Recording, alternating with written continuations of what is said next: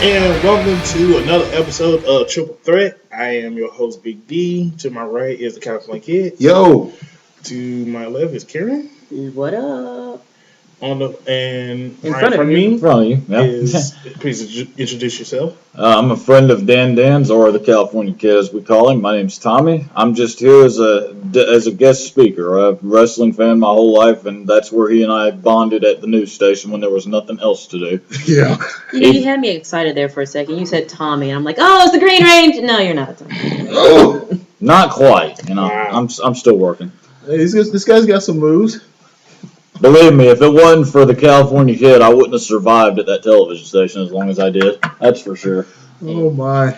And on the phone, the myth, the legend, and stalker and killer of Chicago Cubs everywhere, the Pipe. And I have a great mustache now. Yeah. That's why I'm not there with y'all. I'm looking at the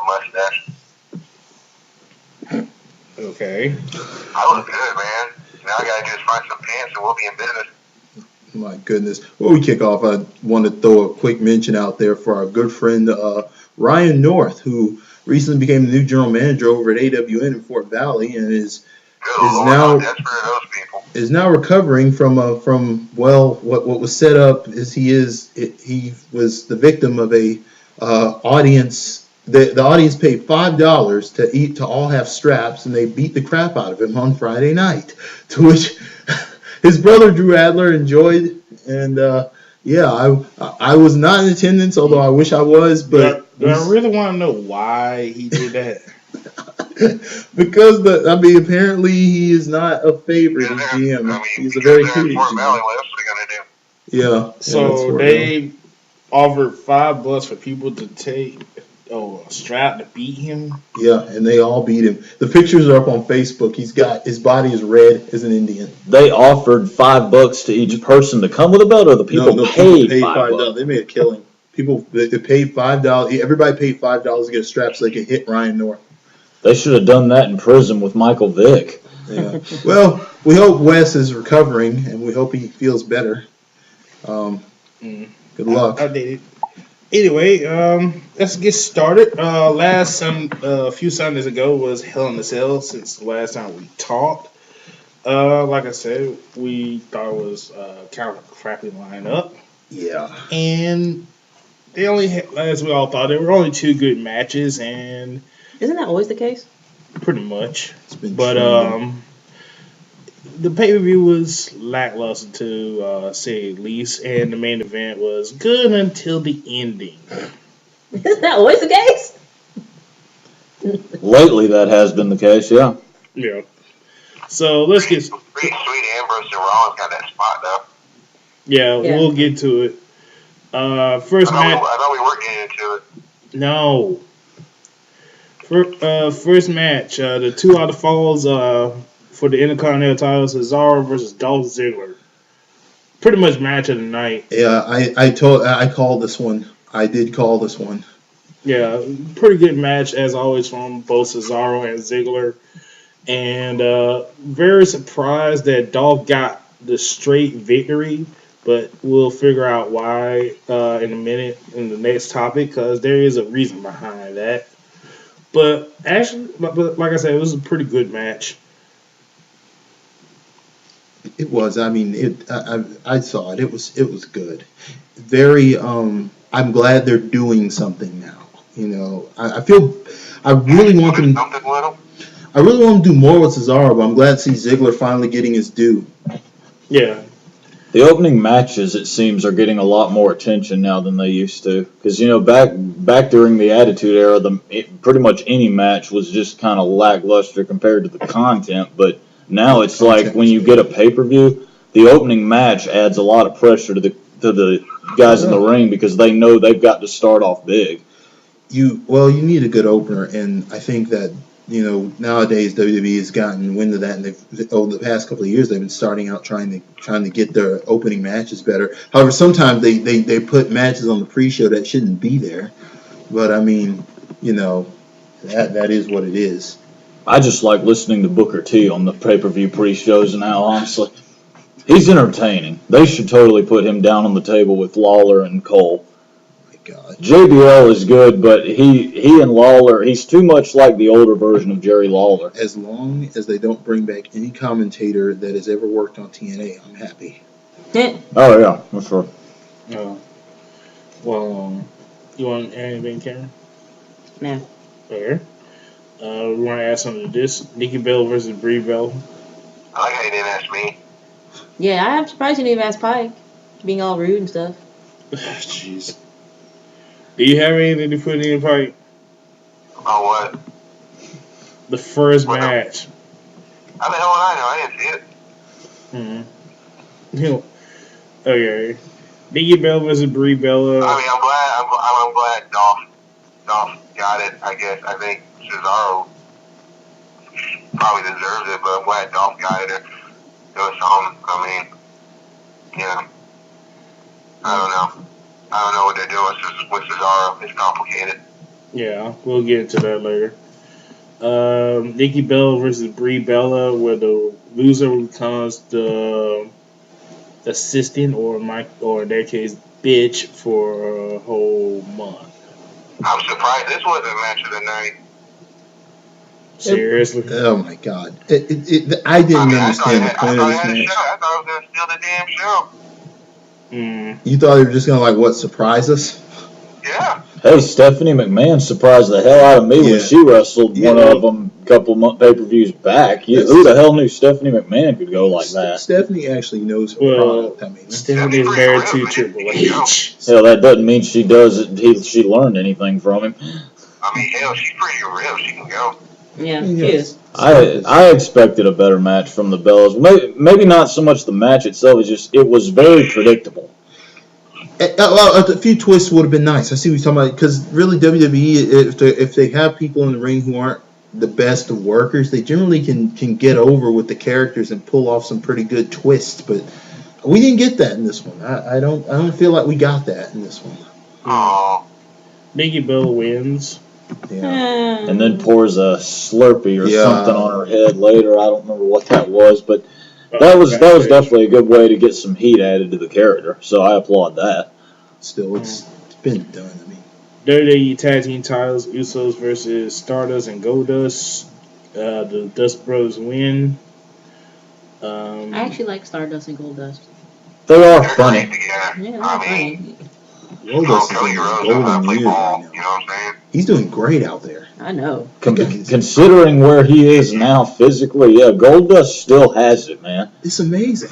He is killing it out there. It's like no matter what he throw at the Rose brothers, they will ante it up so high. Oh yeah. And they're one of the few entertaining things on the show. So, They are. They are actually. you know, and God, especially Cody, like man, when you give him a transformation, he's gonna give you something special. You know. Cody's one of their best talents. I think it's very commendable, I think, that Goldust can still have an impact because, back when he first started, he was very, very not, I mean, obviously the moniker said it, he was very bizarre, did a lot of cutting edge things with his character. Yeah, he was, when he started, Goldust started, was a bit ahead of his time, you know? I've often told people, I think Goldust was one of the earliest seeds of the Attitude Era. I think he was. He didn't have. He had to do with Attitude Era really blossoming. Yeah, he didn't have any profanity or anything like that, but he just was so out there The that innuendos were. Yeah. Just like the mannerisms and, you know. he was definitely a good match for Roddy Piper in that WrestleMania 12 match. I That love was awesome. that. Oh yeah. I love the Razor Ramon figure. Oh yeah, that was good too. The homosexual. That was really good. Yeah, it's just commendable, I think, of him as a performer that he can be in this new era when that type of material is way out of reach, but he still does good. I think he lived in an era. He started out in an era that wasn't ready for him, and then he is performing well in an era that's way past him. I don't think he ever hit where he was supposed to hit, but People will remember Goldust long after he's done. There's no doubt about that. Yeah. Hall of Fame induction or not, people are going to remember Goldust. Yeah. You will remember the name. Oh yeah. I used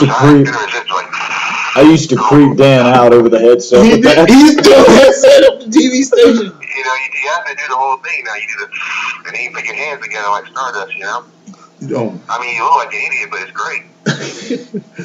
I can't tell you how many times we creeped out the director. Oh yeah, he was like, stop it now.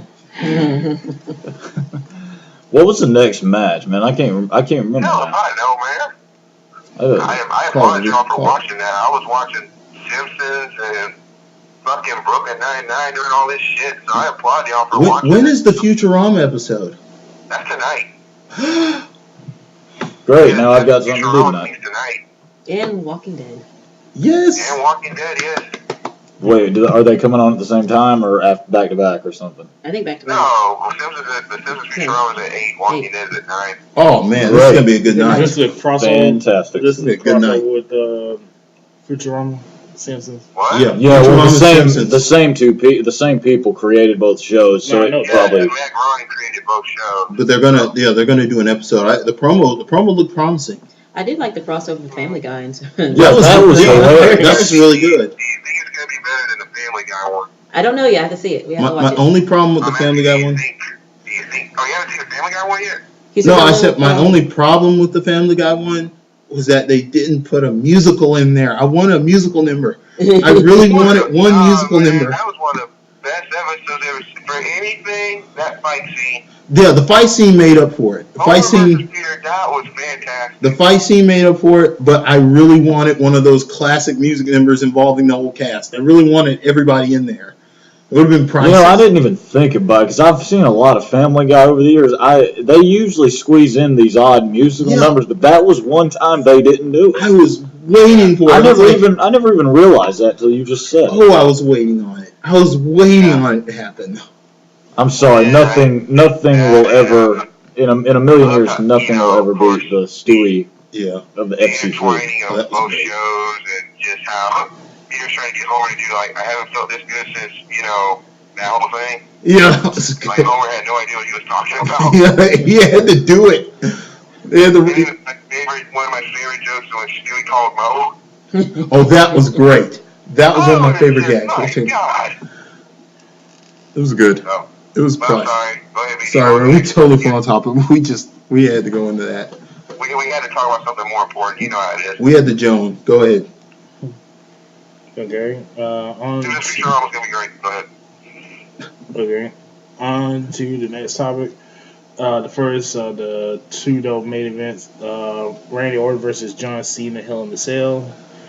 Can Cena we just talk wins. about Simpsons again and skip this? I mean, damn. John Cena is. I don't. Me and Tom, we were talking about this earlier. I tell everybody this. I don't hate John Cena. I really don't. We get it. Wow, On to the next you match. welcome. On to the next match. The U.S. title, Miz versus Sheamus. Wait, are you saying you love him? Is that what you're saying? Now, who said? I thought Daniel was saying he said I don't hate John Cena. I thought he was trying to say he loved him. Okay, we're moving on. No comment. It's Okay. okay, you can love John Cena. You know. I got an 8-year-old nephew that loves John Cena. I'm not ashamed to admit that. Have you bought him any one of the shirts? No, he doesn't actually have any of the shirts, but last time I saw him, he did wave his fingers in his face and be like, "You don't see me." Yeah, I do. Then you smack on the face. My grandmother loves him. She did that to me one time. Well, it's a lot better than giving our parents the Stone Cold salute, right? I can't tell you how many belts I got to the ass for that. Oh my. Yeah. Of course, it wasn't until later that I learned what that meant. Ah. But yes, I'll revert back. Well, I thought for sure they were going to give Miz that fucking face since how well him and Miz now have been doing it. How little Sheamus has done with that belt, but, Winner Sheamus. Next match, Russo versus Big Show. Russo wins. Did nobody else have an opinion about that? No. Okay. The Miz doesn't change enough for me. My opinion of him was set in stone a long time ago. Yeah. I mean, He's basically he's a guy who tries too hard to be like the new Mr. Perfect, and I'm sorry, you'll never be where Mr. Perfect was. Are you saying I'll tell you what, Miz? now. Yeah, he tries to be, and he sucks at it. I mean, he does a good there's a enough. lot of different. How?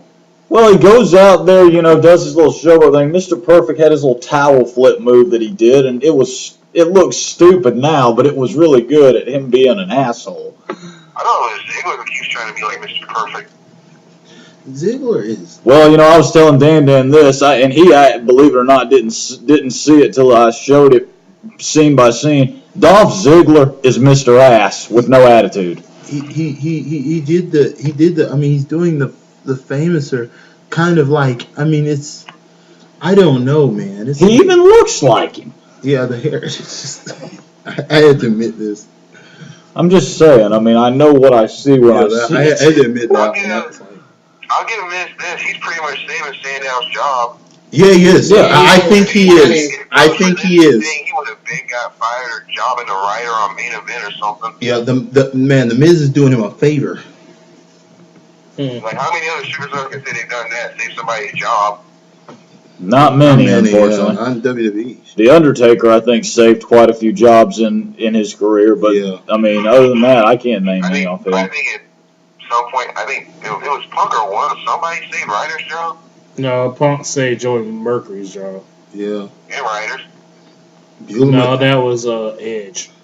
I think Beulah McGillicuddy saved Bill Alfonso. Ryder was part of the Edgeheads. I mean, like after that, though, after he broke away from that. How do you say Ryder's job? That CI, that whatever shit, and nobody paid attention to him. And he did that YouTube show, and then finally superstars were paying attention to it. Yeah, but that was mostly because of the fans. I think Jamie Noble saved Nitty his job. Pretty much. She had become useless after a while. And it was just like, Jamie Noble's like, okay, just play a hick with me. It's like you'll have a job. So it's like, I think he saved. Yeah, I think that was another time. I think in a way Morrison did save Miz's job. Yeah. Because they didn't pair them together. I mean, Yeah. Yeah, that. Well, I learned from one of those Monday Night War episodes, the one that focused on DX. Shawn, you remember how the early days of Shawn and Hunter, they had Rick Rude standing behind them all the time? Oh, yeah. They both admitted that they really didn't know what to do with Rick, so we just like, hey, we get along well with him. Why don't you let him come out there with us? Yeah, Rick. They say Rick Rude was definitely one of those guys who would fit in with Triple H. And then of course, he jumped ship and did the whole both shows in the same night thing, and then WWE came out the following. They would have crucified him. The following week, they bring out this little guy dressed in a suit and all, and then they basically make a mockery of how meaningless his character was. Actually, it was Harvey Whippleman. Yeah, okay, yeah. I can't. The little guy was when they beat Bret Hart. That's what that was. Yeah. Next match: Rusev versus Big Show. Rusev wins. Nobody cares about that. As long as he has Lon, they're gonna keep winning. The Divas title match: Paige versus AJ. AJ wins. Of course she does. And the second match of the night: Seth Rollins versus Dean Ambrose. Started out good. Had Dean Ambrose on top of the cage. Yeah. Both Joey Mercury and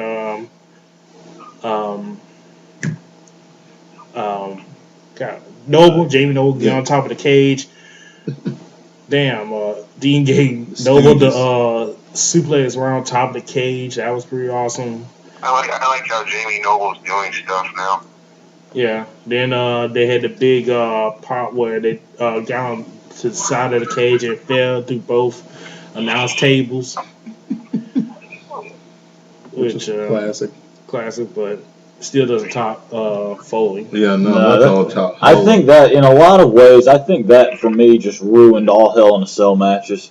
No matter how good a match you see in Hell in a Cell, you're always going to be able to, at the end of it, say, still not Taker Mankind. Yeah. It was a pretty good match. Everything was going good, and then Seth was about, well, not Seth, but Dean was about to hit Seth with cinder blocks, and then out of nowhere the lights went black, and then they pulled they pulled a Tupac.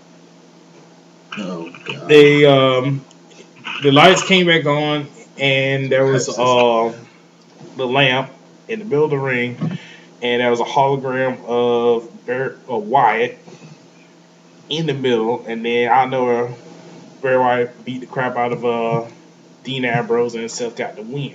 Yeah. I like Bray Wyatt. He's actually probably one of my favorite characters in the business right now because I just like the way he does his presentation. But yeah, that wasn't a very good way to end that match to me. It just didn't fit, I think. No, it wasn't. I mean, you've been holding this feud for so long, and then the end like that is just a waste of time. I think I understand why WWE did it was to protect Seth, but I mean, these guys have been going back and forth for how long, and it should end there because you're trying to build up Dean Ambrose because you don't really have nobody. No, they got You got nobody to on the face side because Roman Reigns is injured. Daniel Bryan is injured and probably won't be coming back till next year or the year after. Like, how extensive was his injuries? A lot, because now they're saying that he might need Tommy John surgery, and he's probably going to be gone for a whole another year. Damn. And he had all the momentum right there on his side when that happened. That was probably the worst time to have an injury like that. Yeah. Yeah. I mean, I was at WrestleMania 30, and I remember I everybody. think that's been that. He's been having knee injuries for a while. It just happened like that, Yeah, I was at WrestleMania 30, and I remember when we left. More holistic type, Yeah, how was it when you were there? Like, did they was it as glorious as? Well, everybody, of course, was so struck with silence after the Taker streak ended. But when Bryan won the main event, it kind of revived the building a bit, and everybody walking out had this opinion that, hey, Daniel Bryan's the new guy. He's the face of the company now. They're moving beyond the C-Nation stuff now because Cena wrestled Bray Wyatt that night. Yeah, which he should have lost. Yeah, I mean that was a match that to me was almost like a favor from Cena to the next generation, and it was okay. But yeah, I mean everybody thought Daniel Bryan was going to take over as the face of the company, as I'm sure he would have. Hit a wall, and then out of nowhere he just hits the brick wall. Yeah. But back to the topic. I just think that they should have just ended with Dean Ambrose winning and then did the whole thing with Wyatt. I thought it would be a little bit better if they had a woman do it instead of Wyatt as the hologram. Yeah, I wouldn't. As her being Sister Abigail, but that would have been way better. I'm okay with them having a feud. They could just did it better. Karen, do you have anything to say about it? No. If I have something to say, I'll add it. I'm in agreement with you. They could have did something. They could have did something to the degree of what you just mentioned because that would have actually been better. But I mean, just bad ending to the match. It just wasn't the way I would have seen it happening. I understand trying to protect. They're always trying to protect. I want to protect. But I mean, I think sometimes they play it so safe that they kill the show. Yeah. I mean, dang. But all in all, I give it a Bret Hart 4 out of 10. Give it a 4 out of 10. Nice. All right. Let's get to the next topic. Is the heat on Cesaro? There is a reason why Cesaro's been losing lately. Is because he did an interview where he pretty much ran it on the same way California Kid ran it last week about there was too much Cena versus Orton. And like every time you go against the company, you get punished for it. And apparently this is how WWE is punishing Cesaro. For those of you who y'all may want to go back an episode and review what I went over at the end of the episode, I did a read-off of the statistics, the actual statistics of how many times John Cena and Randy Orton have actually faced. And I did the whole thing. I ran through the whole thing, and you guys might want to go back an episode and check that out. Something that is really relevant to what we're talking about now is that, and Cesaro. I mean, I don't see why WWE acts like such babies when people go out and talk talk about the company. It's not like they're totally trashing the company. They're sharing their professional opinion as a performer. But we've got to be the Nazis here at WWE, and we have to punish you. But you can't talk shit about your employer. Yeah. When you start getting, I think also, the McMahon. you know, another, you may not, I don't know if you remember this, but Cesaro won the Andre the Giant Battle Royal at WrestleMania 30, and I remember actually finding out behind the scenes, Hulk Hogan really pushed that as a new thing for WrestleMania. Like every year they're going to do that. And I think when you receive an honor, even though it hasn't been done enough times to really cement it, still, I mean, you hold a trophy that's made of gold and it's got Andre the Giant on it, that's really saying something about you. So I think for them it was a bit of a slap to their face for him to do that after they had given him that, you know. They did take it, yeah, and I mean there is things for timing, but I will say that you know, to a degree, you got they always talk about we got to do what's best for business. We got to do what's best for business. Well, jobbing Cesaro is like one of the worst things you do for business right now when the man is picking up momentum like this. He's one of your best performers. I think maybe a reprimand would have been good for this because instead of running him through the mud, I understand they want to humble these guys, but dude, like when your money train is rolling, that there's just, I mean, man, that the guy can get anything over. Well, hell, you remember during the Attitude Era, Jim Cornette came out on Raw night after night and basically badmouthed wrestling, period. Yeah. And that just got way more attention, so they kept letting him go out there, and there were times when he just literally would tear the WWE apart on their own show. But because people knew he was really telling the truth about how he felt, they kept doing it. Yeah. So, I mean, what's the difference here? Yeah, it's just crazy. I don't know. They got, you know, they let CM Punk go out there and do that, but, you know. Well, it wouldn't matter if you let him do anything or not. He's going to do what he wants. Yeah.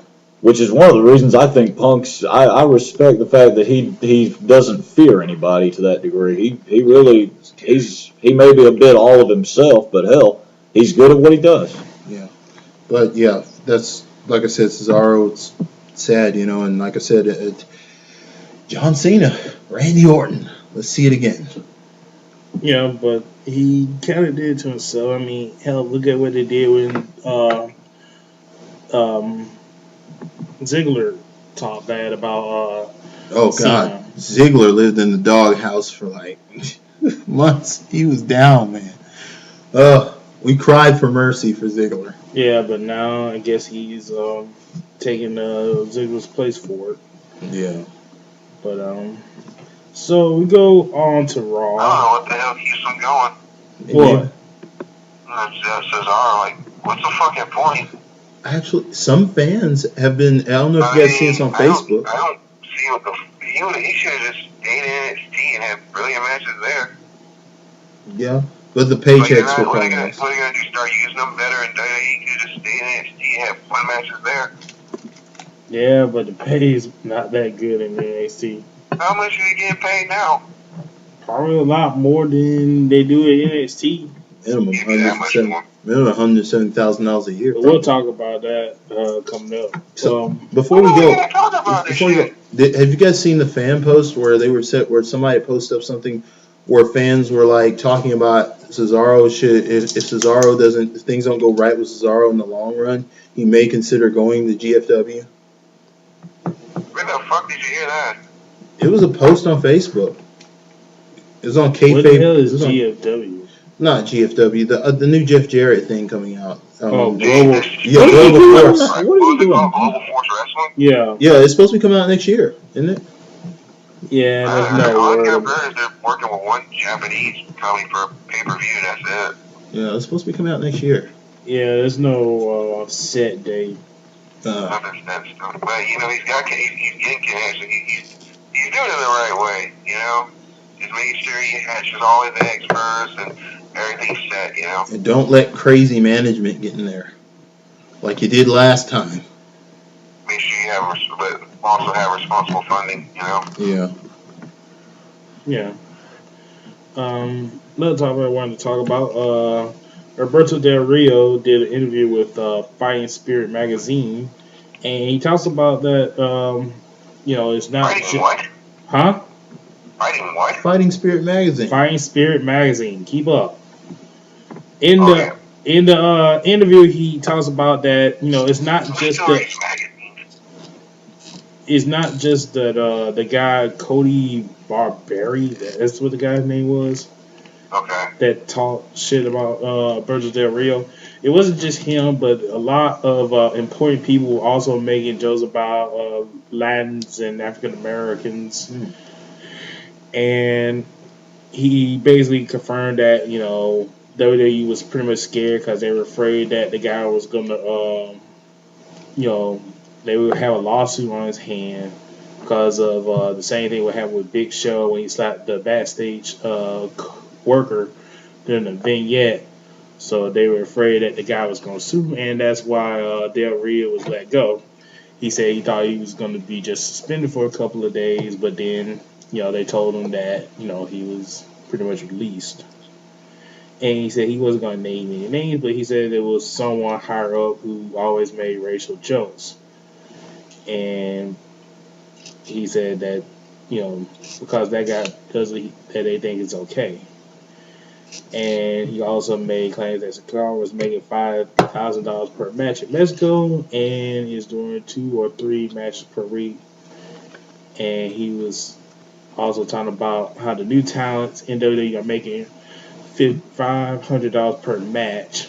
And he claimed that one WWE superstar who was not named but was also has a brother in the company told him that he worked a Superstars match, a long Raw match, a promo on Raw, and then a dark match at the end of the show, and got just paid $500 for it. He also mentioned the wrestler was also getting paid $2,000 for a four show tour of Mexico.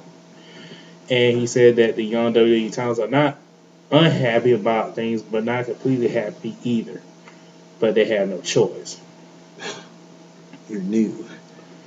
Then he talks about how WWE wants them to fight their style of the ring, and they want to box you in. You can't go outside the box, and he blames WWE for that because it works for them, but not. Now he's going to mix it up with American, European, Japanese, and Mexican style. So, what you guys think about that? Okay. There's a lot of rumors saying that the guy that he was talking about was Bo Dallas, and the reason why I was saying that was because that it goes back to what Pike was trying to say about it, about the NXT. So that's why I was saying that it leading into that. This again is when WWE Damage Control does their job wrong. If an employee makes a racial slur about another employee, especially the way it was noted that it happened, of course the reaction you're going to get, especially when it's that blatant, of course the reaction we're going to get is going to be super aggressive. Like, when it's that blatant and that in your face and you don't even know the person, it's going to happen. They are just so overly sensitive, and it's so how you say aristocratic in there that we just got to let him go. Somebody in the back said, we got to let him go. We got to get him out of here. He's a danger to us. What does that say about the company? What does it say about the people working there? That company's too scared and they just want to protect their ass. This is a company that is backing that is actually a few years ago backed a candidate for a Republican seat and is a liberal product and is now having these issues within the company. They have all kinds of stupid little problems in WWE. They have the wellness program issues. Ooh. Now they're dealing with this kind of stuff. It's one thing after another, and I hope that Alberto Del Rio finds something out there that is worth his time. Well, he's big in AAA, and I think he's got a role in the Lucha Underground. I don't think he's, like I said, I don't think he's hurting. So he's not worried about anything. He's pretty much set. Yeah, I hope, like I said, I really enjoyed his matches personally. I loved his work. He had amazing timing. If anybody watched his matches, they were really good. He really put the quality in there. Some people hated him for the fact that he was so passionate about it and he was an asshole about him, but you could see the quality of the work. You can see the quality of his work, man. That contract pole match he did, that was good. All those great matches. The flag match, it was just some good stuff. He's Well, good. that kind of reminds me of the reputation Shawn Michaels had back in the '90s. I mean, everybody that worked with him said he was the most arrogant, stuck-up asshole you could imagine. But Still hate it was very difficult to be totally set against him because his matches spoke for themselves every single time. Fair enough. Yeah, he had. I mean, Shawn Michaels though. Like Helms, isn't it Shane Helms who considers him to be a completely evil person? Well, that's. I think there are a Shane lot of Helms, people who think that. Like Much still to other- this day considered to be an Bunch evil of other person. people think not maybe Bam Bam Bigelow was Yeah. one. Cornette. Cornette hates Oh yeah, him. Cornette hates Cornette's everybody. his guts. I don't know if you guys ever look on YouTube and read Yeah. the Jim Cornette podcast. He has a rant Yeah. on That everybody. that guy has a chip on his shoulder, I think, for people. Because the only person I've ever heard him discuss without saying one bad thing about him, well, actually, there's two: Undertaker and Paul Bearer. And one more person, Vader. He was Vader's friend. He loved Vader.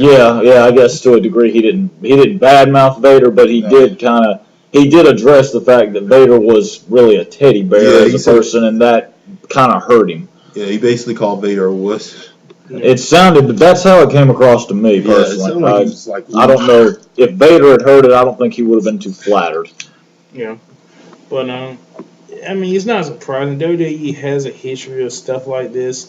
I mean, including with the recent news. Does anybody remember when Shelton Benjamin's mama, that whole stupid Oh yeah. angle? Mm. Well, she did an interview this past week talking about how her stint at WWE wasn't all that great and how she was sexually harassed by a 40-year-old worker who kept showing his junk in front of her, and she just said she just didn't like it. So WWE has a history with not taking care of stuff and not doing the Yeah, we right just- thing about it. I mean, just the creative decision making. Like recently today, we watched a vignette. Let's not talk about that, please. That is kind of unsettling to me. And apparently, Asian Fury was very, very disturbed by this Well, I vignette. wasn't really disturbed by it. It was kind of like, really? What was it? You showed it to us, man. It was basically the guy who, you used to know him as Consequence. Oh, Consequence. we'll talk about that. Oh, God almighty. But You gotta get it's, to that I one. mean, we're not I said surprised God almighty. because Vince has had allegations of racism, and there's a bunch of stories about it. If you go and watch DVDs, I'm trying to remember that one episode of the Round Table. They do talk about it. Racism in wrestling. They talk about the days in Mid-South wrestling. Do you guys remember Kamala? Yeah. The guy who had the tough hand? Yeah. The Moon Man. He actually, I saw an interview he did a few years ago. He lives down in Mississippi. He did an interview. He's missing half of one of his legs now. Yeah, they- Had the amputate. But he said in this interview that he had a match with Undertaker, I think maybe at SummerSlam or maybe it was WrestleMania, but it was a casket match that they had. And he said that Undertaker got paid $500,000 for that match, and he only got $5,000. And I think he went on further on and saying how he was treated horribly because he's black and all that. What I was curious about when I saw that video was like, did the Undertaker know you were being paid that little compared to him? Because I'd be willing to bet he wouldn't have been happy about that. Undertaker's definitely one of the Undertaker's boys. got a I hear reputation stories. for being a class act. I find it hard to believe he wouldn't have gone to just took Vince his and check. said something about that. Taker just probably took his check. I don't think they tell each other how much they make it. They probably later find Yeah, out. I mean, I don't think he knew till long afterward. But here's my thing. I was watching an RF shoot interview with Teddy Long, and he was talking about how he first, I think it was the first time he met Crockett on a plane, and he got on Crockett's plane. I guess they had been hanging out, and he got on Crockett's plane, and they get an extra drink or something, and because they were there to pick him up with a car.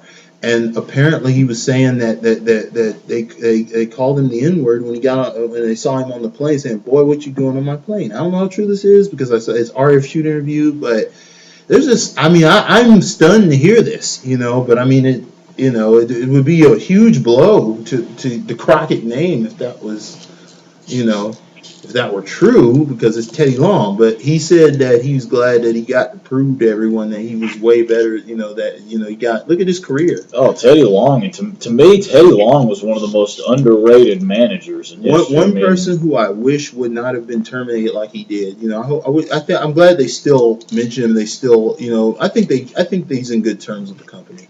Yeah. I would think. Hell, you remember Ron Simmons actually said Teddy Long was the reason he got over as well as he did when he was in that tag team with Butch Reed. I think they were called Doom or something like that, wasn't it? So. Yeah, like Ron Simmons said, without Teddy Long's managing, he would have never gotten over the way that he did. The racism in it, though, I'm thinking, with this situation and that last promo we saw, we'll get to that later apparently with that one. But yeah, we'll get into the whole talk about the racism wrestling, deeper later. But yeah, that's a good point. But do continue. Frank, you want to throw anything in here? Well,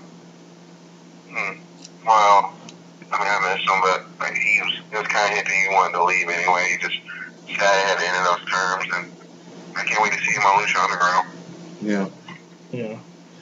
So let's talk about. And all that racist shit. That's not really fucking shocking at all, really.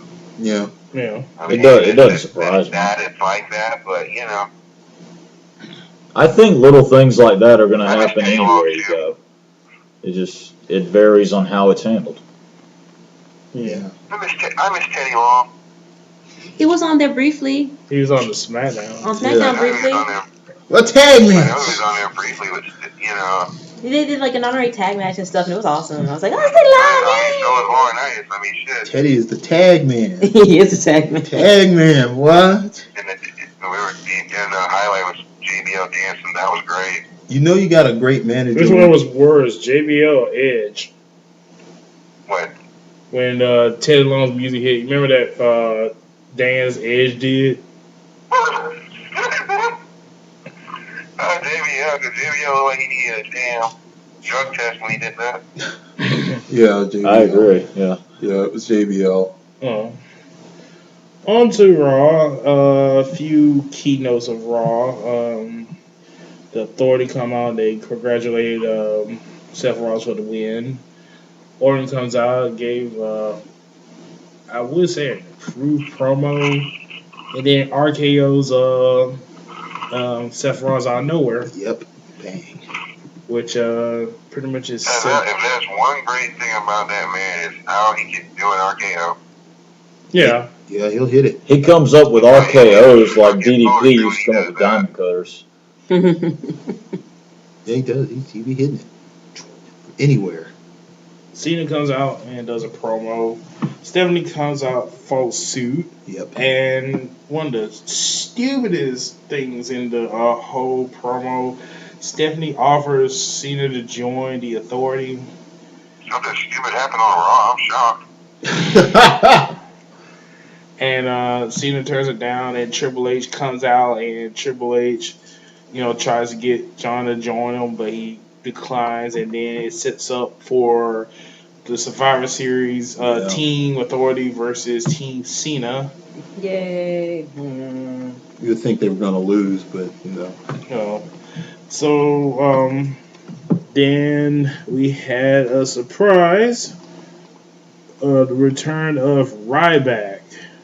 With Ryback faced Bo Dallas. And I guess You can see how enthused we are when we're hearing this, that Ryback came back. Does anyone here feel that Ryback deserves a push at this point? Well, he kind of does. They kind of fucked up his I don't mind it. Good for him, I mean, hell, he was still over in Las Vegas when they went. Well, that's his home, Yeah, but even as a heel, they still cheered him. That's what I'm saying, because he's from there. They're going to root for him regardless. Yeah. Hey, they did it in ECW to Bam Bam Bigelow when they went to New Jersey. I'll never forget that. That was awesome. That was entertaining. They loved him. Yeah, so I think they were still booing Curtis Axel, but they worked streaming right back. yeah. But Like, whoa, tag. It's like, ah! Tag, boo, tag, yeah. But Robert Kane demolished Bo Dallas. Poor Bo Dallas. Yeah. I don't think they both leave anymore for you, bro. No. So you know, I I guess was a believer for like a second. Oh my. We have an admission here. I was, you drove my wife crazy.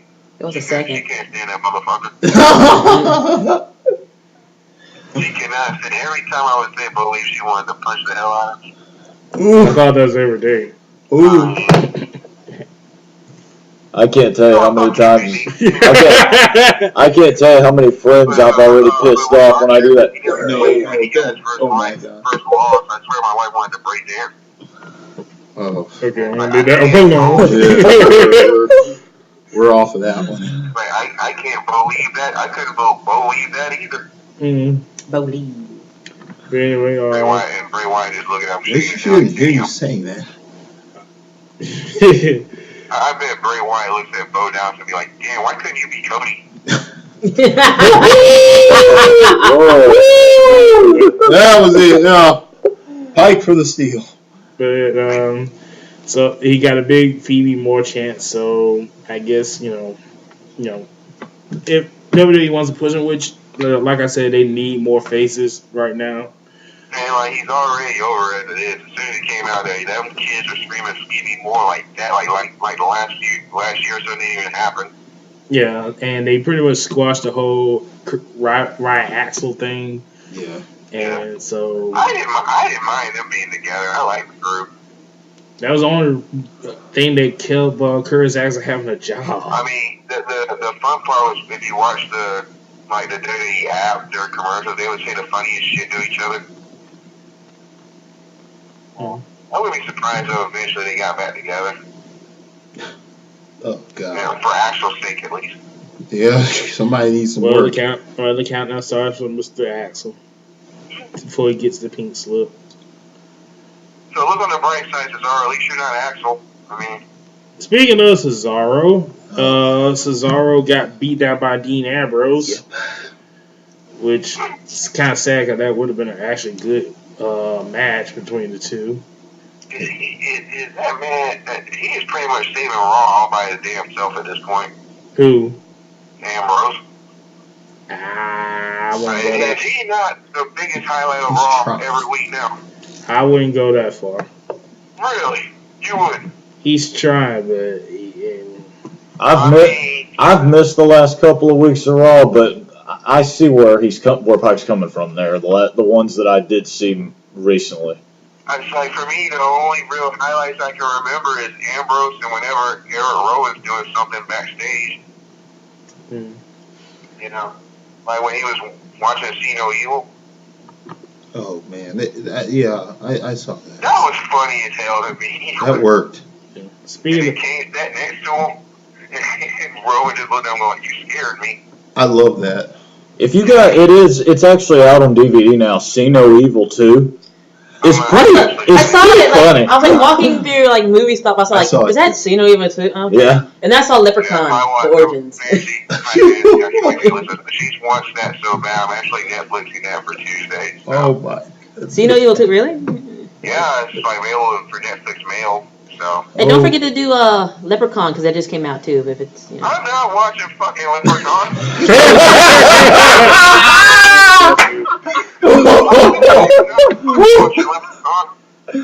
Oh God! Kane was very believable as a kid. I like the first season. The first season was good. I enjoyed it. I mean, I would probably would have done like a whole different series myself. I would probably like See No Evil, Hear No Evil, Speak No Evil. That would have been cool. Yeah. when we talking about WWE, they don't have logic. Yeah, they Besides, what's he gonna do? See No Evil, tear their eyes out. Hear No Evil, tear their ears out. I said, "Honey, do you want to see this Leprechaun reboot with Hornswoggle?" And she goes, "Fuck no." And then she slaps She Spike. goes, "I'd rather watch the Fallen Our Stars than And that then she, shit." and then she, Oh my and then she, Whoa! what? Guys, oh my goodness. I'd rather watch What? the Fallen Our Stars than that shit. Pike, oh my God.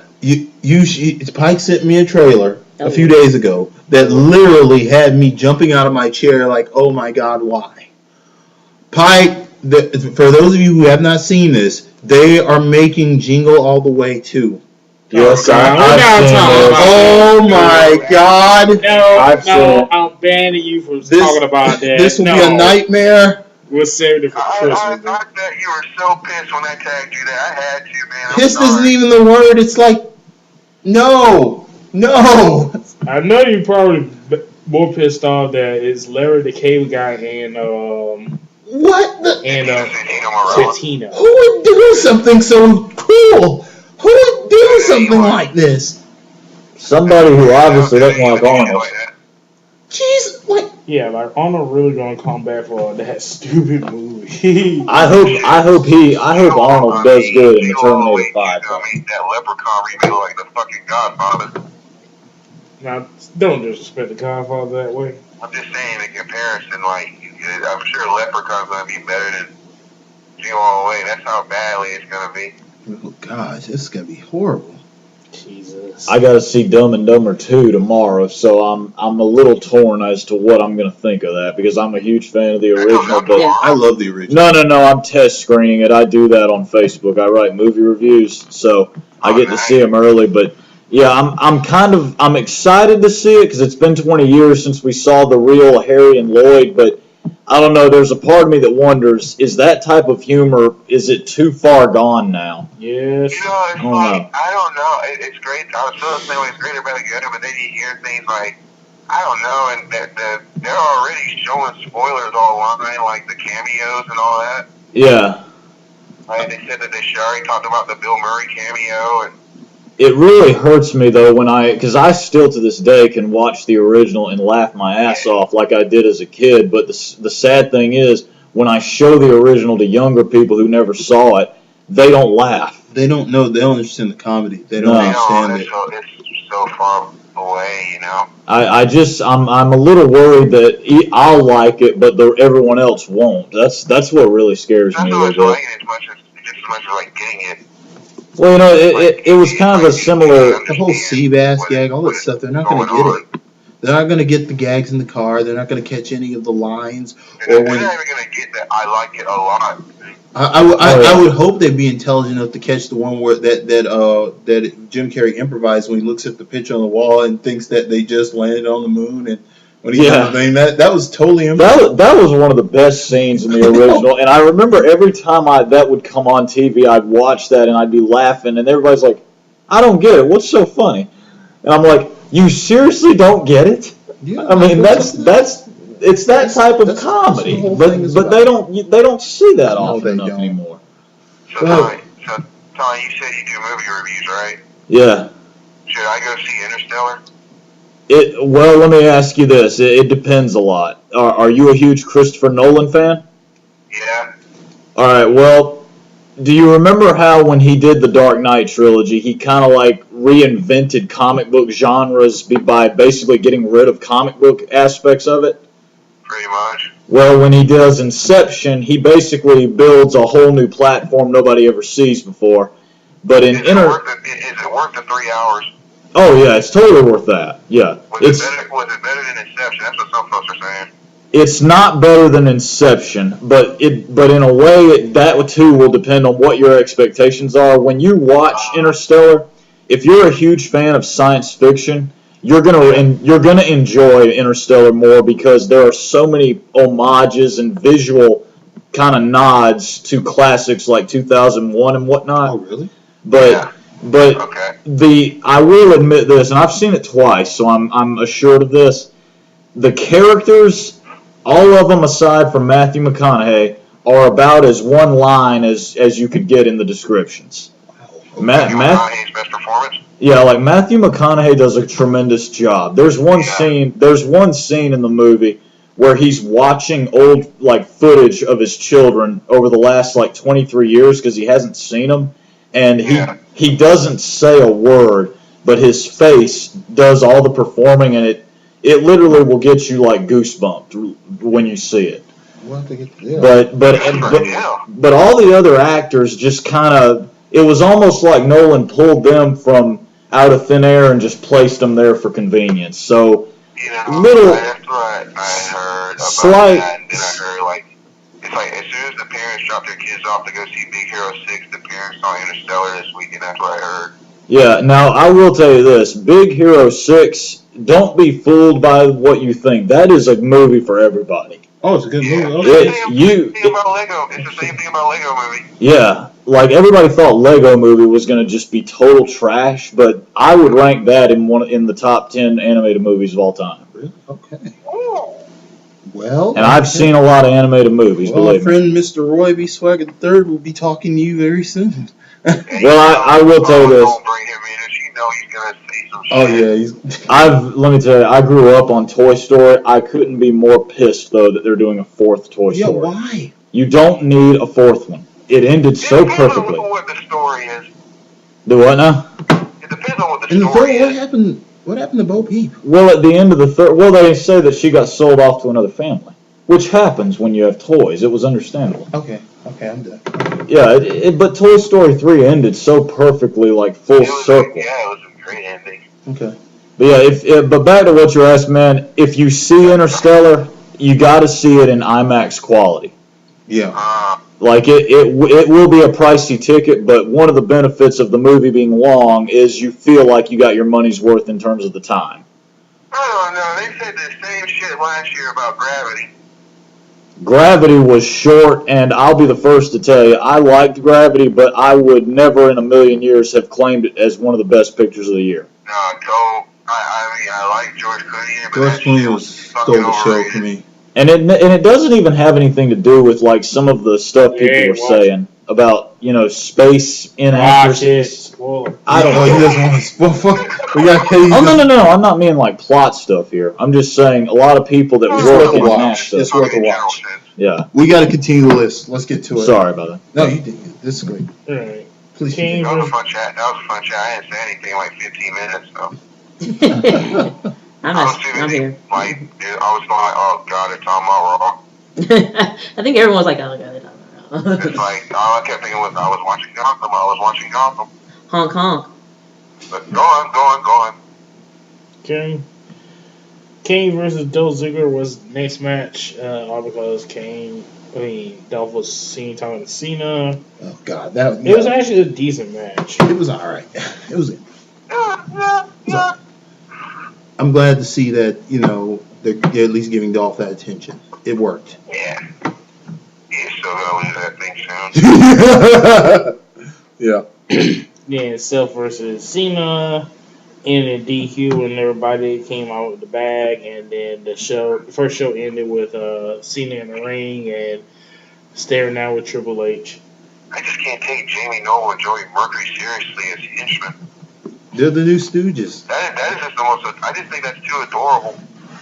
Yeah. They're so tiny. It's adorable, you know. Not as adorable as Pat Patterson and Gerald Briscoe in a hardcore evening gown They match. made them do all kinds of embarrassing things. They made those two do some of the most embarrassing things in television. Exactly. Yeah. Yeah, well, Jamie Noble never be careful, or they'll end up in dealing with the same situation. Oh yeah. So next Raw happens, and Vince shows up. He showed up. Oh yeah, Yeah. Mr. McMahon. And made a stipulation that honestly makes no sense, saying that if the Authority lose to Team Cena, they will lose their power. No rhyme or reason why he would do it. He's basically telling the audience that Team Authority is going to win. Pretty much. I really think they're going to win now because that what he told them at the beginning. I was like, okay. It would have been more interesting if there was like an equal situation, like something could happen to Cena if he loses. Yeah, there was nothing. Yeah, what was the other side of the coin on this? I wasn't. Now, you would have had confused people if you would have did a double stipulation, like if they lost or Cena lost, something would happen. They should have went that route. Yeah, what happens to John Cena and them if they lose? Nothing. I was watching. He just loses. I was watching Gotham, like Pike said, so I missed Raw, but I was following Twitter at the same time during the commercial breaks for Gotham, so I could see what people were saying about Raw, and everybody had the same reaction in all caps. Like, What's the Someone talking point about of this that team fucking that's going, stipulation? Is Brock Lesnar going to be there? No, who cares? What would be Vince's motivation? Like, honestly. I mean, everyone's going to watch it for free any damn way, so. Hey, I'm not gonna lie. I've had the Ain't nobody network gonna for fucking about do it. Just pay somebody since who it got the started. network and do it that way. That's just all I'm getting is the pay-per-views, but it's still so much cheaper than paying I'll be catching it for $50. free. I mean, I'm just saying, like, how are they supposed to make money off this? Yeah, one of our constituents, Mr. Clay Ferguson, had informed me, had finally pushed me to get the network, so I got it, and I will be checking out this event.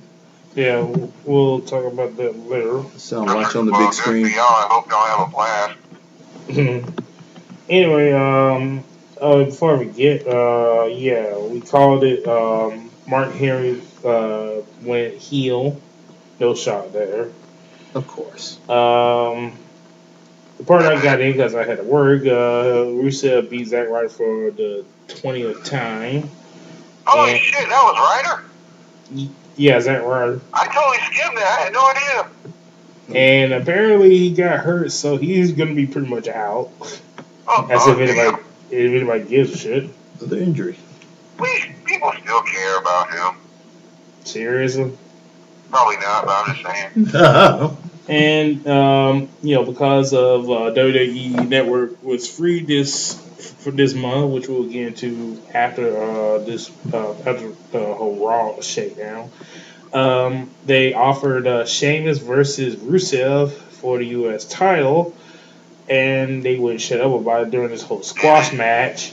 Didn't Sheamus wrestle too before that? Yeah, he faced Tyson Kidd, and Tyson Kidd won by throwing Natty in front of him, which really didn't How really mean crazy shit. is that whole thing? Like, why don't Natty just beat the shit out of him? You know she could. That'd be awesome. That's That another would be thing. Like Natty is so look tough. at Like Natty could beat the shit out of him like that. Natty wrestled in men's division. She But could they go. won't let her do it though. They won't let her she do could it. beat They up won't Tyson let her, Kidd. She could beat half the Intercontinental Division. They just don't want her to do it. That'd be hilarious. She's really she good. just snaps one day and just holds out and beats all the guys. She's as good as she's like 5 to 10 times better than China was in her prime. She's like way better. I mean, if she's Natty really can going wrestle. up that rope, she Why got does to be nobody like, believe she that? seriously looks like she wants to I murder believe Tyson it. Kidd. Natty is good. I mean, shucks, you got the patience of a saint, girl. Yeah. So let's go on to the match of the night. Seth Rollins versus Randy Orton. Seth Rollins wins with a roll up, and then they did this long promo with It was. trying to bury the hatchet with Orton itself, and we all Like, knew what he I'm sorry. That was one of the dumbest, longest pieces. Triple H looking all distorted. They lining up. Orton shaking Noble and Mercury and Kane's hand, then RKO on Seth. And then finna go for the punt. Triple H comes in.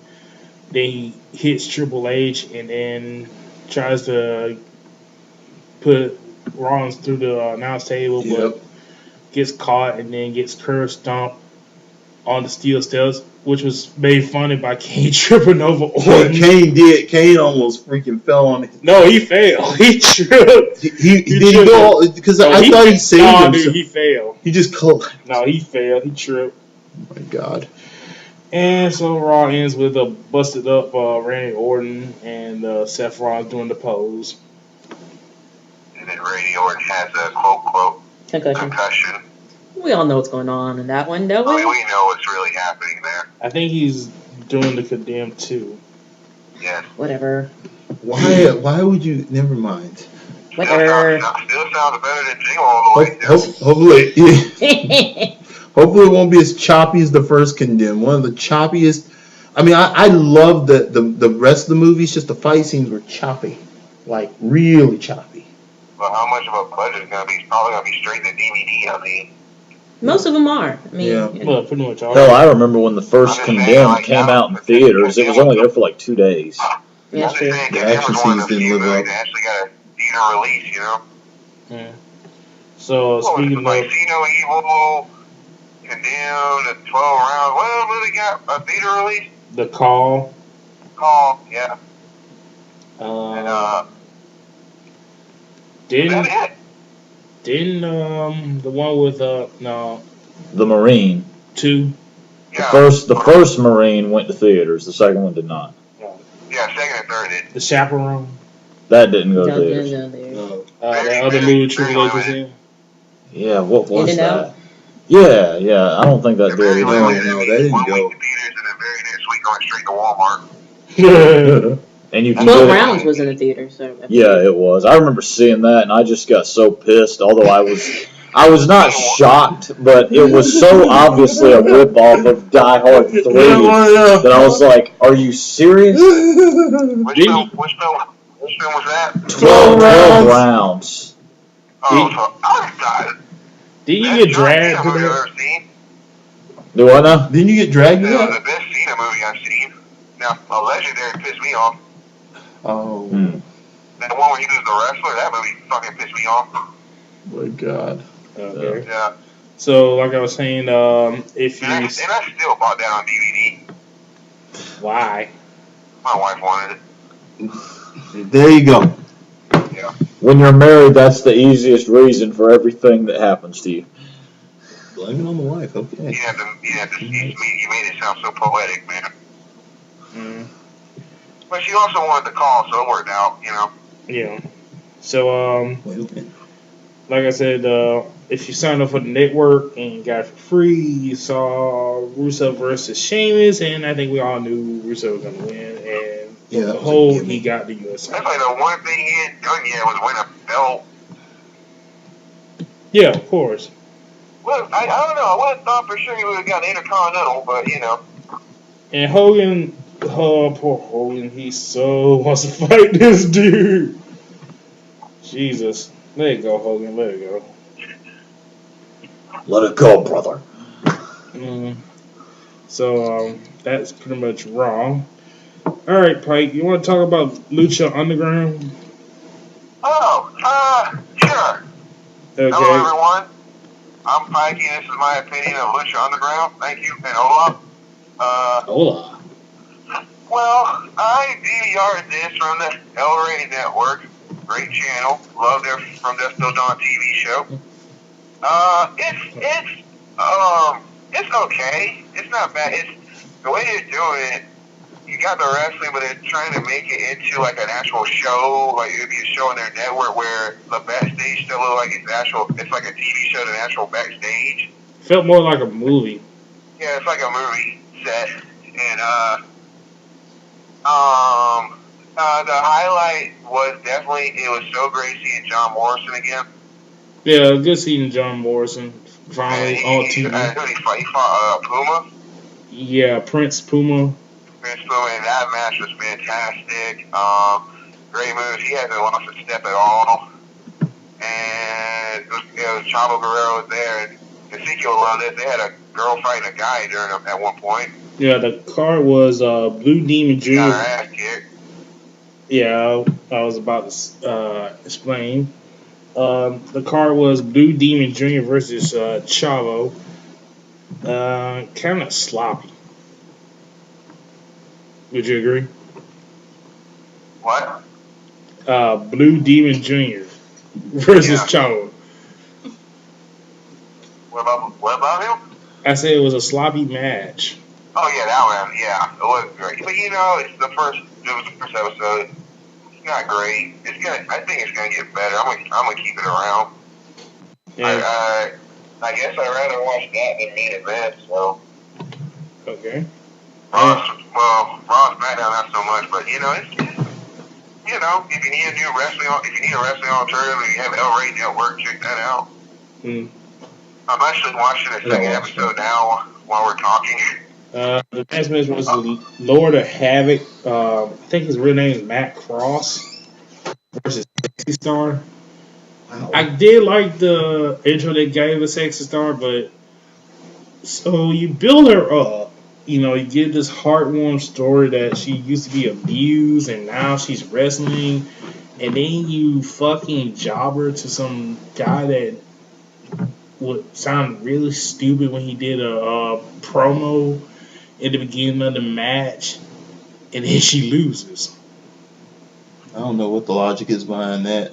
But Then we had John Morrison, which they call him Johnny Mundo now, and Yeah, Chris Puma, Johnny who Mundo was led to the ring by Conan. Uh, Pretty good match. Not really as good as Matt Striker and Vampiro tried to make it out to be, but it was still a good match, and the ending was kind of. I don't know. I really not feeling the whole evil owner that they're trying to do with it, but I'll give it another shot. I give it 8 out of 10. I did like the feel of it, the whole trying to make it like a movie. I did kind of like the opening credits where they were trying to explain stuff about Lucha Libre It and looked like that in the the trailer. the whole thing with AAA and all that. Like I said, I don't like the authority figure. I think it's kind of lame that they're trying to do that. I didn't understand why they jobbed Sexy Star to build her up with that whole vignette about her getting abused and then her trying to wrestle the proof a point for women and all that. So And she just lost. Like, yeah, she was what was lost. the finish? I forgot what the It's like finish was. The stupid. dude just pinned her and won, and I'm like, really? You just sat here and build her up, and now you just jobbed her out. But Should have at least been like, You if know. she was gonna lose, there should have at least been like some kind of a meaning to the ending, like, or maybe she could have come closer. Really, she should have won. But what you thought about the crowd, Pike? Did it almost kind It of was had pretty that? clear that the crowd, most of that crowd was pretty fake. Yeah, It it was was. like a movie, like just being told when the cheer. I try to block out the crowd during that shit. That's why I muted it when I watched it. Was it worse than Western Society X? What? God, Was it worse than Western Society X? No, Western Society is pretty fake too, but faker. Oh, how'd you like Striker and Vampiro? As Great thing is Striker again. I barely understood a word Vampiro said. He mumbled a lot. he really sucks at it. He really sucks. I watched the second episode now. I like how Ezekiel Jackson's smoking a cigar in the ring. Oh, so that was Ezekiel Jackson at the end with the guy? Yeah. Wow. He really needs to put a shirt on. Oh, He really God. does. Thank you for saying that. Oh, you say that it. Oh, God. Alright, but I go. can't wait for Del Rio to pop up, and if he has his way, Rey Mysterio for that matter. May he get a nice paycheck. We'll see. This just So reminds me, I did not miss Ezekiel Jackson at all. oh shit. He just, I got it on mute now. I really don't want to hear him talk. Yeah, that crowd is freaking awful. It's like they can't even put their thumbs up down anymore. It's like, what are you doing? Yeah. You're supposed to say boo, boo, not boo, boo, boo. The what? Oh, my.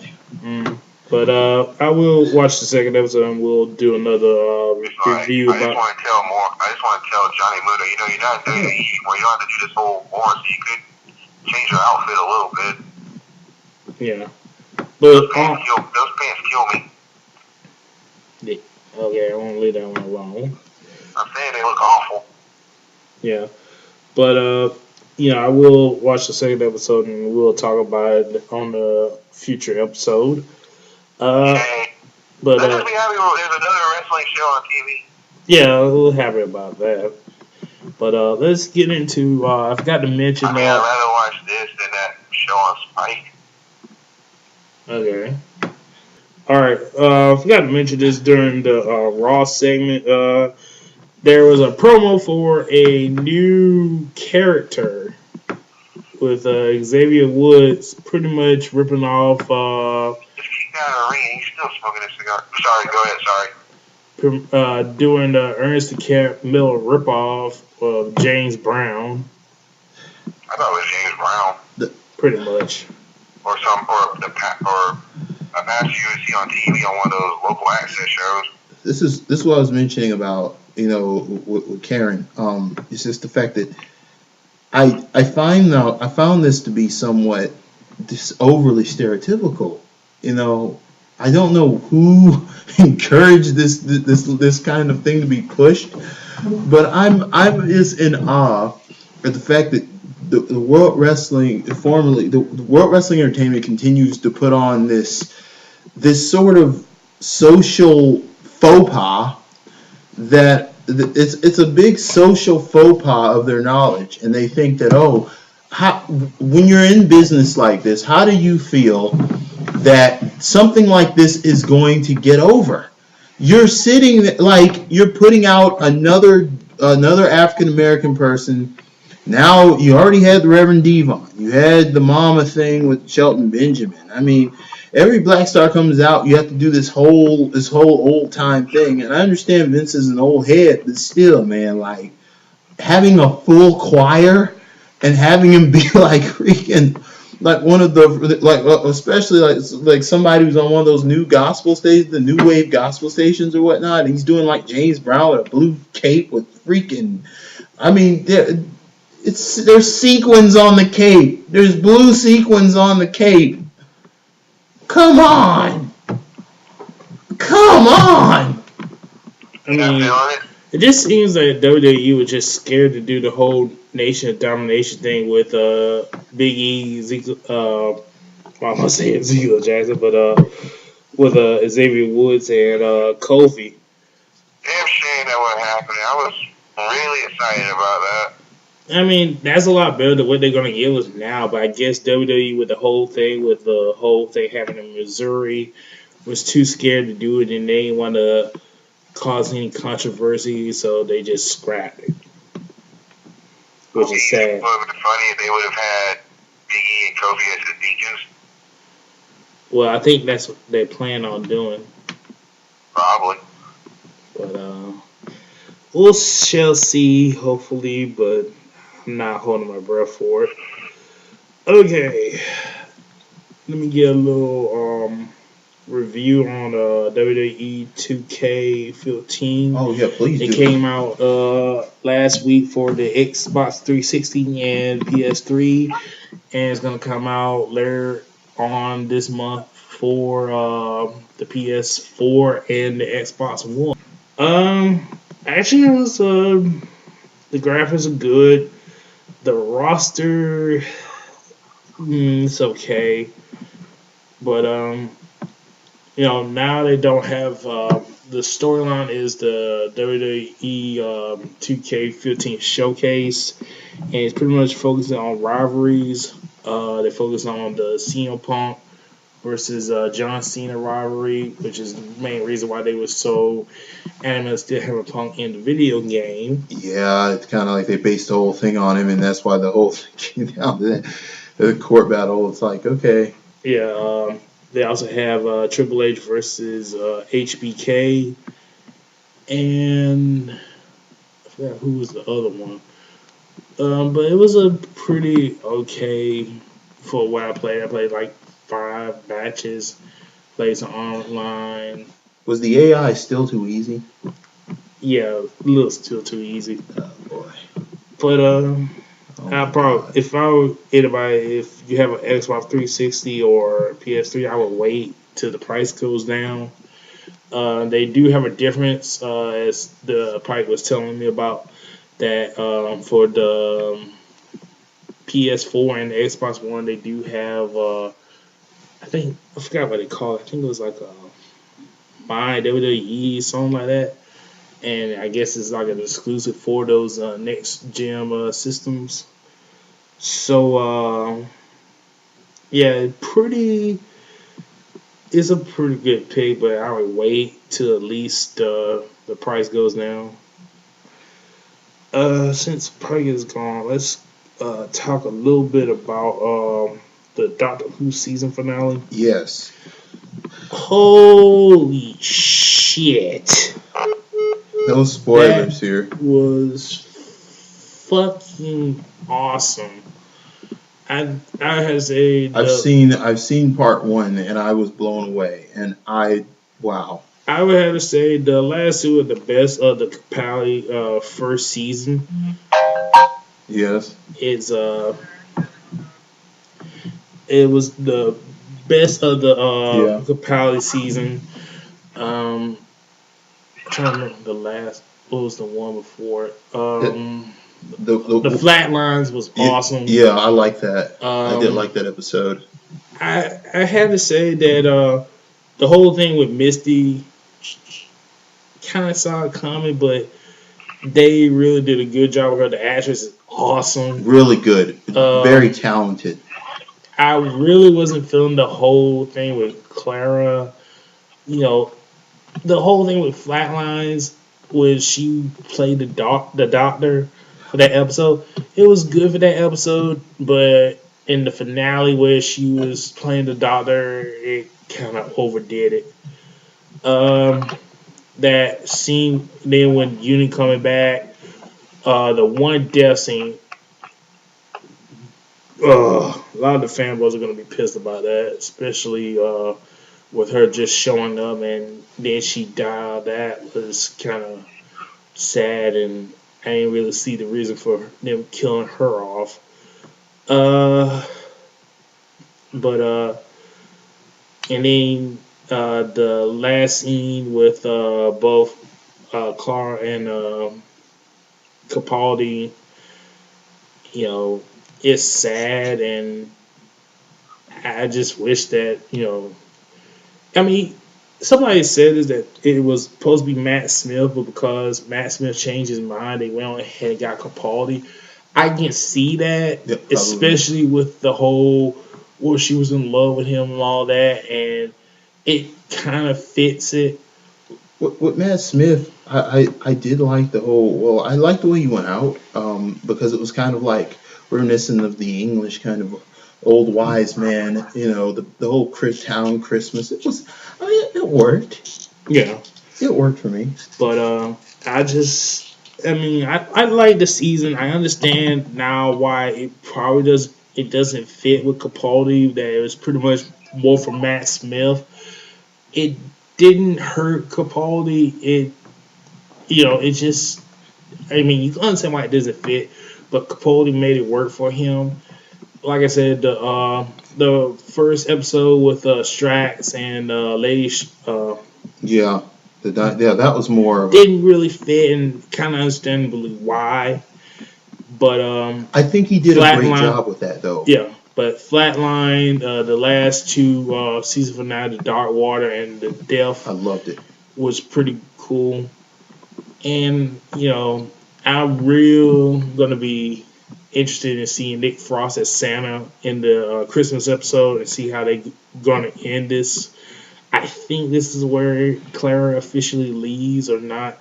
I'm not for sure, but it's gonna be pretty cool to see Nick Frost. And for those that don't know, Nick Frost is the guy who's the psychic in the Canelo movies. You do know what the Canelo movies are, right? Shaun of the Dead. Do continue. Hot Fuzz. Do continue. Yes. In the world's end. Thank you. I was thinking about that. But pretty good episode for Capaldi. I think I'll pretty much say judgment on his doctor till next season, since there was, like I said before, it was more Matt seasons. For Matt Smith. Sorry.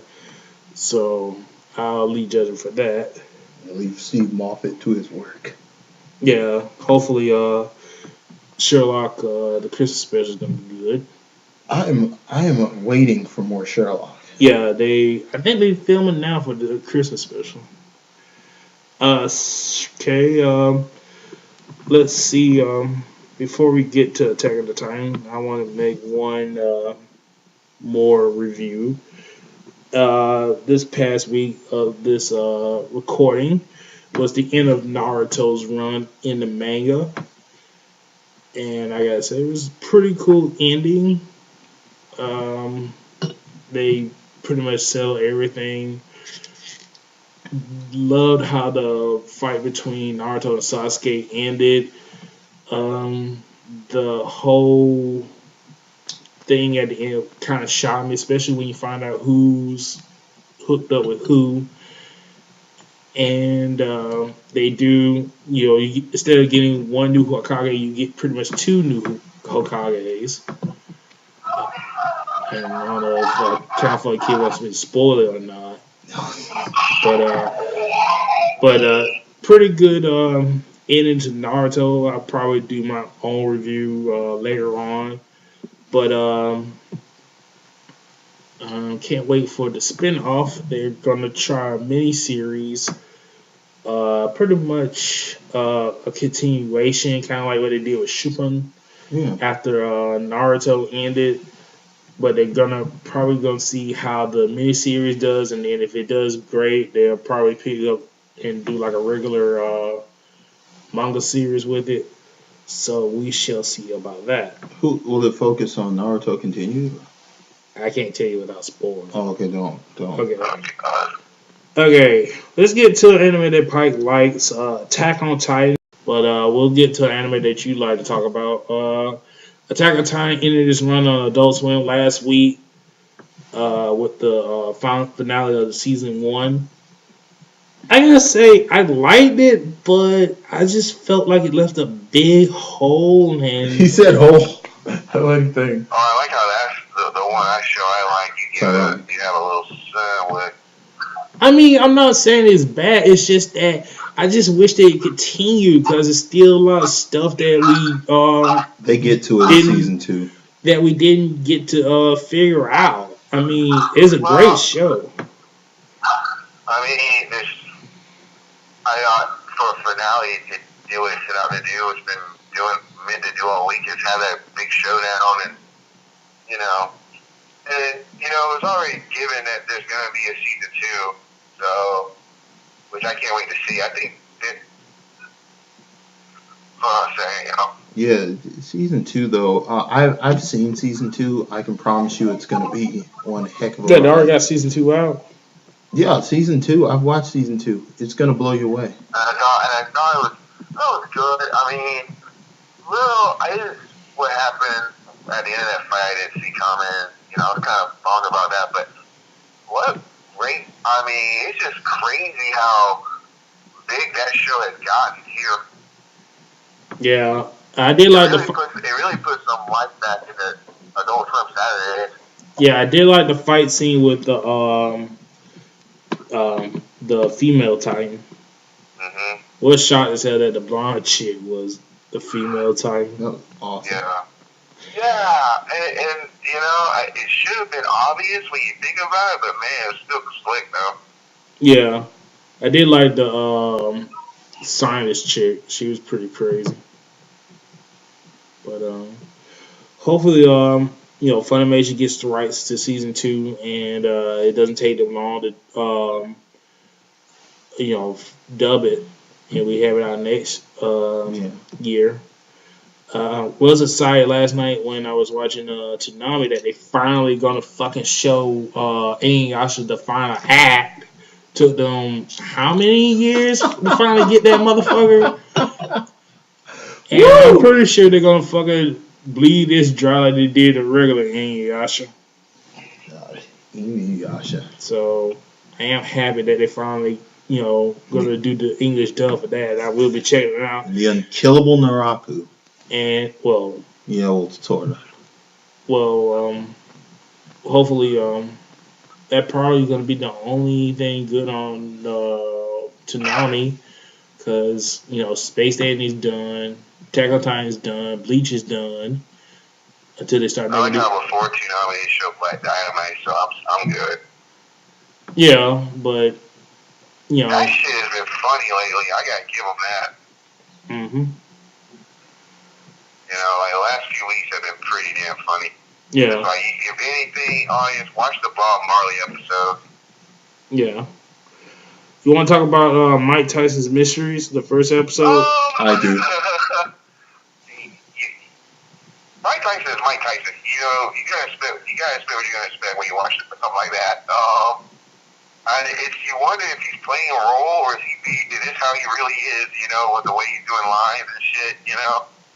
And it's okay. I mean, it has funny moments. It's just there's something wrong with him.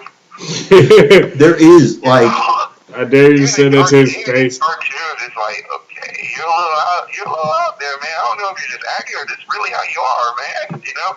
I really But, can't see the line. He's in the mood to play Punch Out. Yeah, I like the part where when the pigeon was like, it's hard for him to say chupacabra. Yeah, oh my god. That pigeon makes the show for me. Norm Macdonald's Oh, awesome. I just love the pigeon. Norm Macdonald's awesome. Yeah. Yeah, that's one of the best shit he's done in years. I mean, here's the thing though, like this thing, it like I agree with Pike here. It has its moments, and it's definitely something that I'm drawn to watch. I will be watching it. I just see a lot of potential for the show. If they continue down this road and make it a little bit more in depth with the story, it can get really good. It can get really, really good. Keep the shtick coming. Keep the jokes flying. Instead of when they have it now on Mondays, I probably would have put it on after like Squidbillies or Eric Andre or something. You know? Yeah. That show's still on. It came back last week. I see they got Tim and Eric a new show. Why do these fuckers still keep getting shows? I don't know. They're waiting. See, that's the thing. What they don't realize is that Tom Goes to the Mayor had a certain magic that they have not been able to recapture since going. The whole point was it was a damn cartoon. That's why we liked it. It had guest stars, celebrity guest stars that were in these like steel animation things that it came up with. It was a damn good show. I mean, if you really took time to get the dry humor, it was a funny ass show. And you can't recap that. Doing this ridiculous other stuff is not working.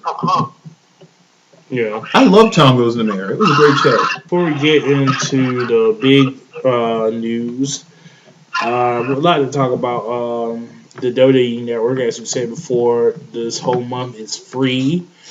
You also get the Survivor Series with it also. But I would like to talk about an episode of the Monday Night Wars. For those of you that haven't seen this show, it pretty much, if you've seen the Monday Night Wars DVD, it's pretty much that show is the DVD, but with extra stuff added to it. And one of the episodes is having to do with Goldberg. And it talks about Goldberg's rise in WCW and pretty much fall. And there's a scene in the episode in which John Cena gets on there and talks about how WCW failed with Goldberg because he kept pushing him down people's throats and kept doing the same shit over and over again, and that's why his character failed. I kid you not, John Cena actually said that. Just one of the stupidest lines he said. And I'm like, seriously, John? Pot Kettle. I mean, seriously, does anybody in WWE, does Triple H sit down and look at the scripts or listen to what they say before they edit the stuff and say that, probably he shouldn't say stuff like that? I mean, it's they just do need the QC fucking irony. It's just fucking crazy that John Cena, a guy who is pretty much doing the same thing. The only difference between him and Goldberg is that WWE is not having financial trouble and is on the verge of bankruptcy. You're pretty much talking about yourself, John.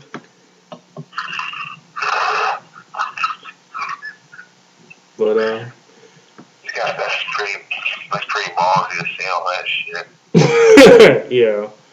I mean, I'm just saying, Cena, you really shouldn't say anything. Cena is the man who buries people. But let's end on this note. Last week, Marvel revealed their Phase 3. And in their Phase 3, we got confirmation of Captain America Civil War. We got confirmation of Thor Ragnarok.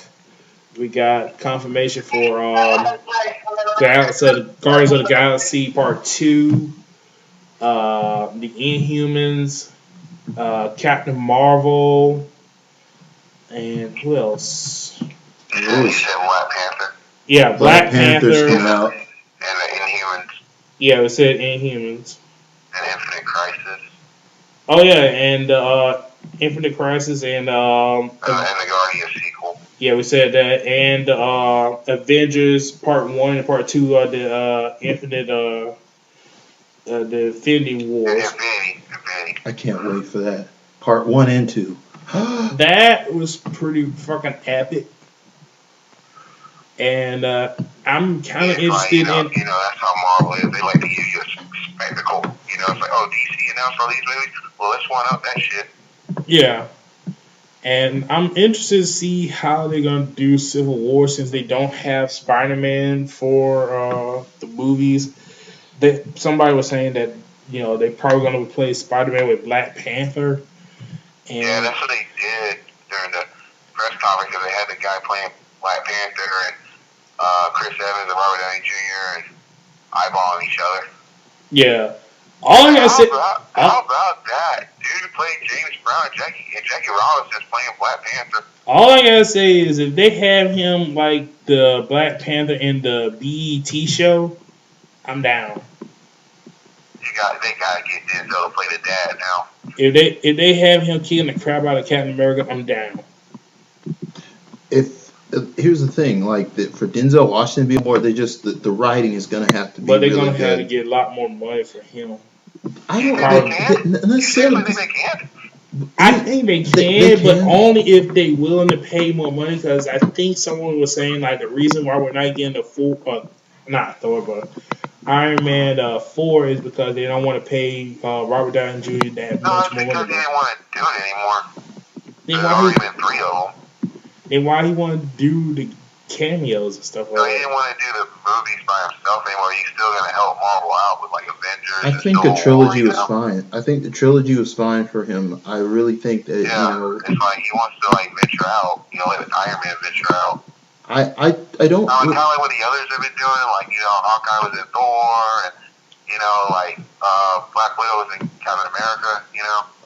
If it were me though, I would end it at that third movie because here's the thing: the third movie was good, but for them to be multiple Iron Man movies, for them to go up like 10 Iron Man movies, that's impossible now because there's only so many villains that are interesting in the Iron Man universe. I mean, in the Iron Man, there's only so many things before you start getting the crossover genre. Like, there's only so many originals that you can go through. I do another whole movie. And they kind of killed the Mandarin. They kind of just killed any. But don't you think that they probably can do a Mandarin movie, an actual good Mandarin movie, to kind of make up for that? Here's the thing: like they had the right guy. They just went a different direction with it. Kingsley, but they still can do it. They can still do it.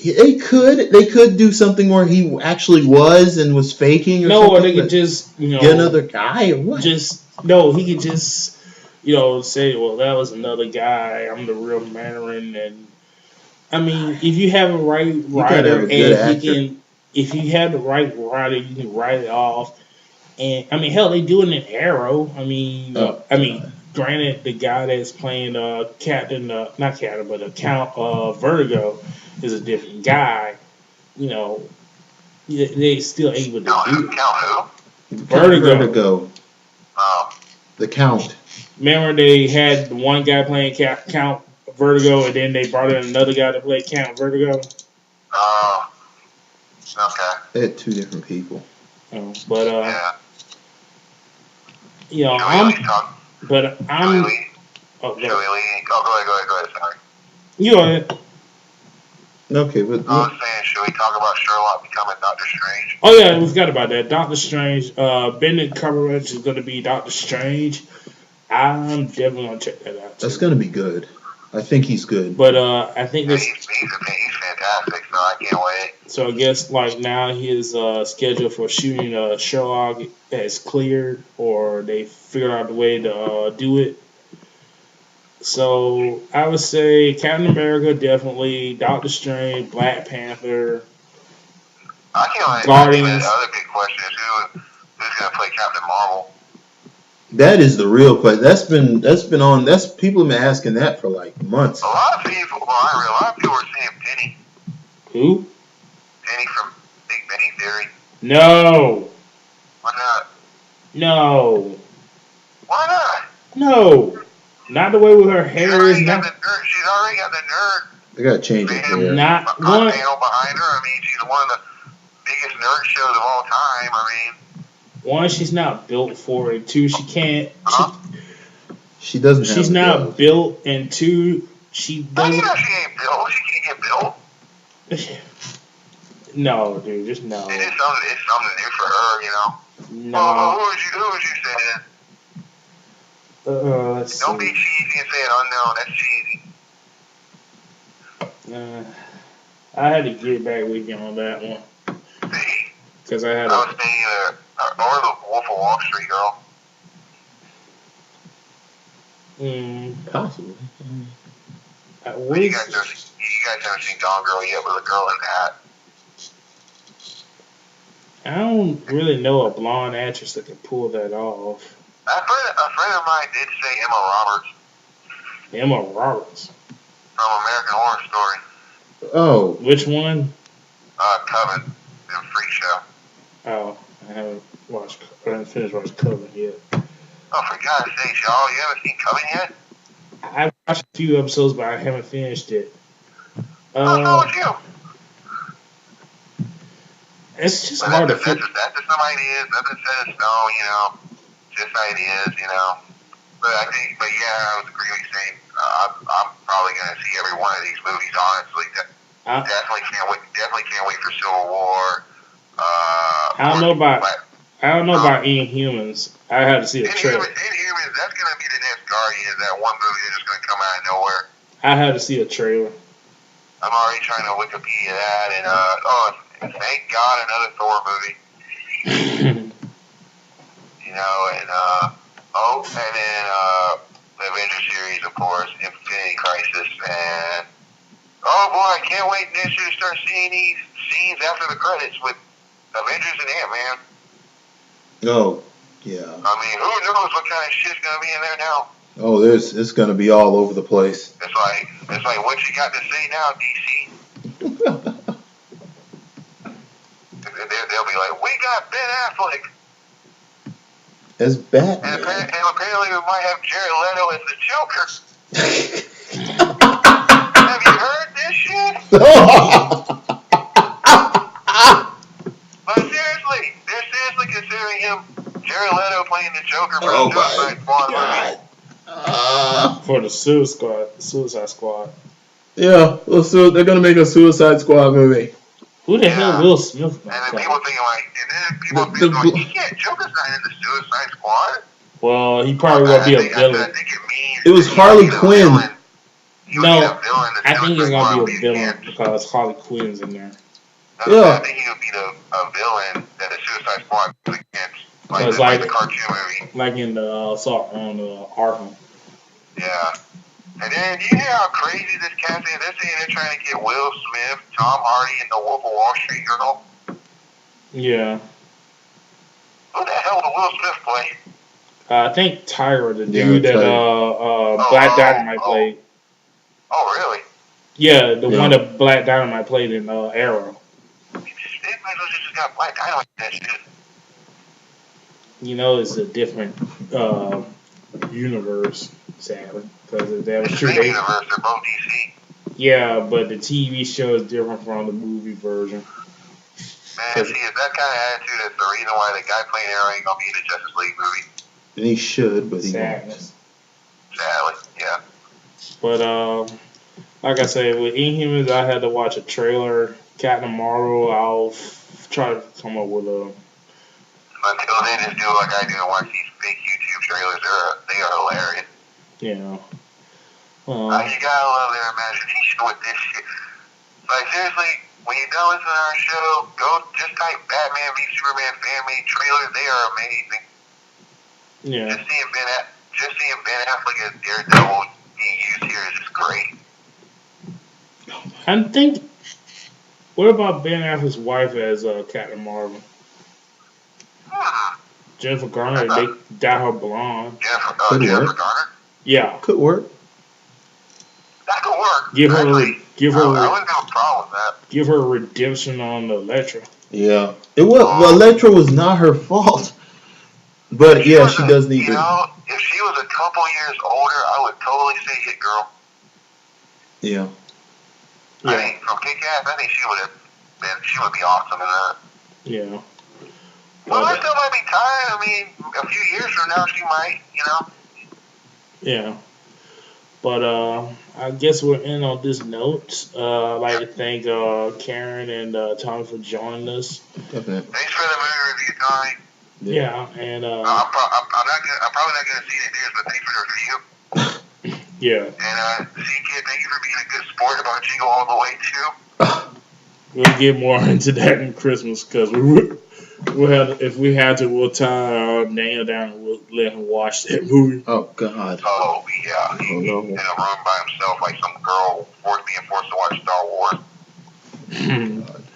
But thank you, California Kid. Thank you, Pike, and thank you, You're audience, welcome. for joining us. Please subscribe, comment, like us, and tell your friends. And we'll see you next time for our predictions for Survivor Series. Yep. All right, guys. Later. Bye. Later.